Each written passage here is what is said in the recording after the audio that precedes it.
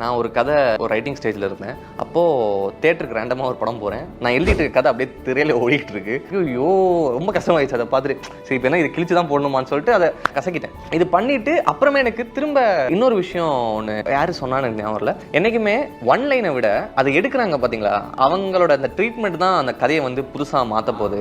இப்போ ஒரே கதை தான், ஒரு கதையை கொடுக்குறாங்க, உங்கள்ட்டையும் கொடுக்குறாங்க, என்கிட்ட கொடுக்குறாங்க. கண்டிப்பாக அது ஒரே மாதிரி இருக்குன்னு கேட்டிங்கன்னா இல்லை. நீங்கள் அது வேறு ட்ரீட்மெண்ட் எடுப்பீங்க, நான் அதை வேற ஒரு ட்ரீட்மெண்ட் எடுப்பேன். ஸோ என்றைக்குமே ஏன்னா கதைகள் வந்து எவ்வளோ புது கதைகள் உங்களால் பண்ண முடியுன்றது கேள்விக்குறி தான்.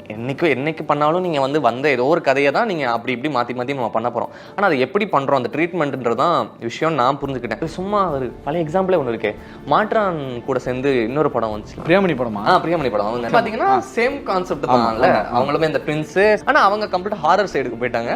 இது கம்ப்ளீட்டாக ஒரு வேற ஒரு கமர்ஷியல் ஜோனுக்கு போயிட்டு. ஸோ யாருமே வந்து அதை பார்த்துட்டு கஷ்டப்பட வேணாம். நீங்கள் வந்து கீப் ஆன் எழுதிக்கிட்டே இருங்கன்னு தான் சொல்லுவேன்.